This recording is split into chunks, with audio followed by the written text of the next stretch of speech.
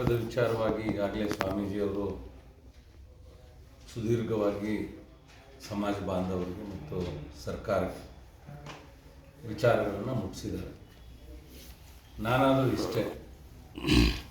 ಇವತ್ತು ಪತ್ರಿಕೆಯಲ್ಲಿ ನಾನು ನೋಡಿದೆ, ಪಂಚಮಸಾಲಿ ಹೋರಾಟ ಕವಲುದಾರಿ ಅಂತ ಹೇಳಿ ತಾವು ಬರೆದಿದ್ದೀರಿ ಪತ್ರಿಕೆಯಲ್ಲಿ. ಇವತ್ತು ನಾನು ಹೇಳೋದಿಷ್ಟೇ, ನಮ್ಮ ಹೋರಾಟದಲ್ಲಿ ಪಾಲ್ಗೊಂಡಂಥ ಎಲ್ಲ ನಾಯಕರುಗಳಿಗೆ ನಾನು ಮನವಿ ಮಾಡ್ತೇನೆ, ದಯವಿಟ್ಟು ಈ ಹೋರಾಟದ ದಿಕ್ಕನ್ನು ತಪ್ಪಿಸುವ ಕೆಲಸ ಯಾರೂ ಮಾಡಬೇಡಿ. BJP ಸರ್ಕಾರ ಇದ್ದಂಥ ಸಂದರ್ಭದಲ್ಲಿ ಕಾಂಗ್ರೆಸ್ಸಿನ ನಾಯಕರು BJP ಸರ್ಕಾರದ ವಿರುದ್ಧ ಸಾಕಷ್ಟು ಮಾತನಾಡಿದ್ದೀರಿ.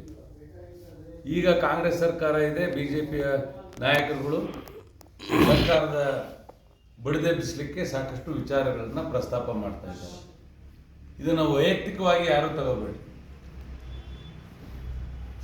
ಸಮಾಜದ ಒಳಿತಿಗಾಗಿ ಹೋರಾಟದಲ್ಲಿ ಪಾಲ್ಗೊಂಡಂಥ ವಿಚಾರವಾಗಿ ತಾವೆಲ್ಲರೂ ಇದನ್ನು ಪರಿಗಣಿಸಬೇಕು. ಯಾರೇ ಏನೇ ಮಾತನಾಡಿದರೂ ಕೂಡ ಸಮಾಜದ 2A ಮೀಸಲಾತಿ ಪಡೀಲಿಕ್ಕೆ ಅನ್ನುವ ಉದ್ದೇಶ ಇರ್ತದೆ ಹೊರತು ವೈಯಕ್ತಿಕ ವಿಚಾರಗಳನ್ನು ಇಲ್ಲಿ ಪ್ರಸ್ತಾಪ ಮಾಡೋದು ಸರಿಯಲ್ಲ. ಹಾಗಾಗಿ ನಾನು ಎಲ್ಲರಿಗೂ ಕೂಡ ಮನವಿ ಮಾಡ್ತೇನೆ, ಈ ಹೋರಾಟದ ತೀಕ್ಷ್ಣತೆಗೆ ತಣ್ಣೀರು ಎರಚಬೇಡಿ, ಹೋರಾಟದಲ್ಲಿ ಪಾಲ್ಗೊಳ್ಳಿ.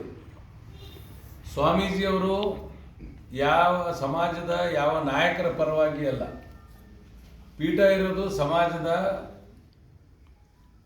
ಬಂಧುಗಳ ಪರವಾಗಿ, ಸಮಾಜಕ್ಕಾಗಿ. ಸ್ವಾಮೀಜಿಯವರು ನಿರಂತರವಾಗಿ ಹೋರಾಟ ಮಾಡ್ತಾ ಇದ್ದಾರೆ. ಇವತ್ತು ಏನು ಸ್ವಾಮೀಜಿಗಳ ಮೇಲೆ ಕೆಲವರು ಆಪಾದನೆ ಮಾಡಿದರು, ನಮ್ಮ ಜಿಲ್ಲೆಯಲ್ಲಿ ಕೆಲವರು ಆಪಾದನೆ ಮಾಡಿದರು, ಯಾಕೆ ಪಂಚಮಸಾಲಿ ಸ್ವಾಮೀಜಿಯವರು ಕಾಂಗ್ರೆಸ್ ವಿರುದ್ಧ ಹೋರಾಟ ಮಾಡ್ತಾ ಇಲ್ವಲ್ಲ ಅಂತ ಹೇಳಿ. ಅವ್ರಿಗೆ ಕಿವಿ ಮಾತು ಹೇಳಲಿಕ್ಕೆ ಬಯಸ್ತೇನೆ. ನಮ್ಮ ಸ್ವಾಮೀಜಿಯವರು ನಿರಂತರ ಹೋರಾಟದಲ್ಲಿದ್ದಾರೆ, ಪೀಠ ಬಿಟ್ಟಿದ್ದಾರೆ. 2A ಮೀಸಲಾತಿ ಸಿಗುವವರೆಗೆ ಪೀಠಕ್ಕೆ ಹೋಗೋದಿಲ್ಲ, ಪೀಠ ಕಟ್ಟೋ ಕೆಲಸ ಮಾಡೋದಿಲ್ಲ ಅಂತೇಳಿ ಶಪಥ ಮಾಡಿದ್ದಾರೆ. ಸ್ವಾಮೀಜಿಯವರ ಬಗ್ಗೆ ಅಪನಂಬಿಕೆ ಬೇಡ ಯಾರಿಗೂ ಕೂಡ. ಸ್ವಾಮೀಜಿಯವರಲ್ಲಿ ಸಂಕಲ್ಪ ಇದೆ, ಬದ್ಧತೆ ಇದೆ, ಸ್ವಾಮೀಜಿಯವರಿಗೆ ಕಳಕಳಿ ಇದೆ. ಇವತ್ತು ಕಾಶ್ಯಪ್ನವರು ನಿನ್ನೆ ಕೂಡಲ ಸಂಗಮದಲ್ಲಿ ಸಭೆ ಕರೆದು ನಾ ಈ ಹೋರಾಟದಲ್ಲಿ ಪಾಲ್ಗೊಳ್ಳೋದಿಲ್ಲ, 1ನೇ ತಾರೀಕು ಬೆಂಗಳೂರಿನಲ್ಲಿ ಸಭೆ ಕರಿತೀನಿ ಅಂತ ಹೇಳ್ಕೊಂಡಿದ್ದಾರೆ. ನೀವು ಯಾರು ಎಲ್ಲೇ ಸಭೆ ಮಾಡಿ, ಎಲ್ಲರೂ 10ನೇ ತಾರೀಕಿಗೆ ಬೆಳಗಾವಿಗೆ ಬನ್ನಿ.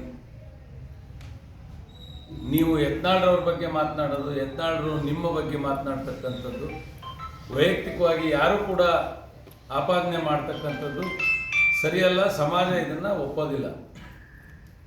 ಆದರೆ ಯಾರೇ ಏನೇ ಮಾತನಾಡಿದರೂ ಕೂಡ ಸಮಾಜದ ಹಿತ ಕಾಯುವ ಕೆಲಸದಲ್ಲಿ ನೀವೆಲ್ಲರೂ ಕೂಡ ಕೈ ಜೋಡಿಸ್ಬೇಕು ಅಂತ ನಾನು ಮನವಿ ಮಾಡ್ತೇನೆ. ಈ ಹಿಂದೆ BJP ಸರ್ಕಾರ ಇದ್ದಂಥ ಸಂದರ್ಭದಲ್ಲಿ ಕಾಶ್ಯಪ್ನವರು, ಕಾಂಗ್ರೆಸ್ಸಿನ ಅನೇಕರು ಸಾಕಷ್ಟು BJP ಸರ್ಕಾರದ ವಿರುದ್ಧ ಮುಗಿಬಿದ್ದಿದ್ದು ಉಂಟು, ತೀಕ್ಷ್ಣದ ಮಾತುಗಳನ್ನು ಆಡಿದ್ದು ಉಂಟು. ಈಗ ಕಾಂಗ್ರೆಸ್ ಸರ್ಕಾರ ಇದೆ, BJPಯ ನಾಯಕರುಗಳು 2A ಮೀಸಲಾತಿ ಕೊಡಲಿ ಅಂತೇಳಿ ಒತ್ತಾಯ ಮಾಡ್ತಾ ಇದ್ದಾರೆ. ಒಂದು ಹಂತಕ್ಕೆ BJP ಸರ್ಕಾರ 2D ಕೊಡುವಲ್ಲಿ ಮುಂದಾಯಿತು, ಹೋರಾಟಕ್ಕೆ ಮಣಿದು.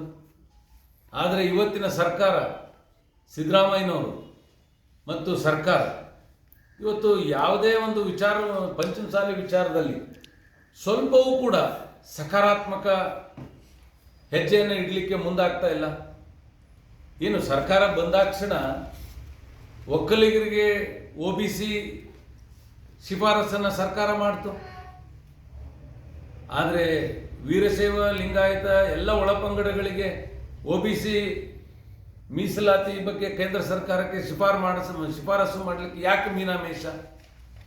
ನಾವು ಕೇವಲ ಪಂಚಮಸಾಲಿಗಳಿಗೆ ಅಷ್ಟೇ ಕೇಳ್ತಾ ಇಲ್ಲ, ಎಲ್ಲರಿಗೂ ಕೇಳ್ತಾ ಇದ್ದೀವಲ್ಲ. ಯಾಕೆ ನಿಮಗೆ ಈ ತಾರತಮ್ಯ? ಯಾಕೆ ಈ ದ್ವೇಷ ನಿಮಗೆ? ಸರ್ಕಾರ ಎಲ್ಲರಿಗೂ ಸಮಾನವಾಗಿ ನೋಡಬೇಕು. ನಿನ್ನೆ ಸಂವಿಧಾನದ ದಿನವನ್ನು ಆಚರಣೆ ಮಾಡಿದ್ದೀವಿ. ಸರ್ವರಿಗೂ ಸಮಪಾಲು ಸಮಪಾಡು, ಸಮಾನವಾದ ಅವಕಾಶ ದೊರಿಬೇಕು ಅಂತೇಳಿ ಸಂಕಲ್ಪ ಮಾಡ್ತೀರಿ. ಆದರೆ ಒಂದು ಕಣ್ಣಿಗೆ ಬೆಣ್ಣೆ, ಒಂದು ಕಣ್ಣಿಗೆ ಸುಣ್ಣ ಯಾಕೆ? ನಾನು ಪ್ರಶ್ನೆ ಮಾಡ್ತೀನಿ. ಇವತ್ತು ಸರ್ಕಾರದ ಕಣ್ ತೆರೆಸಲಿಕ್ಕೆ ಬೆಳಗಾವಿಗೆ ಬನ್ನಿ ಅಂತ ಹೇಳಿ ಪೂಜ್ಯರು ಹೋರಾಟವನ್ನು ಹಮ್ಮಿಕೊಂಡಿದ್ದಾರೆ.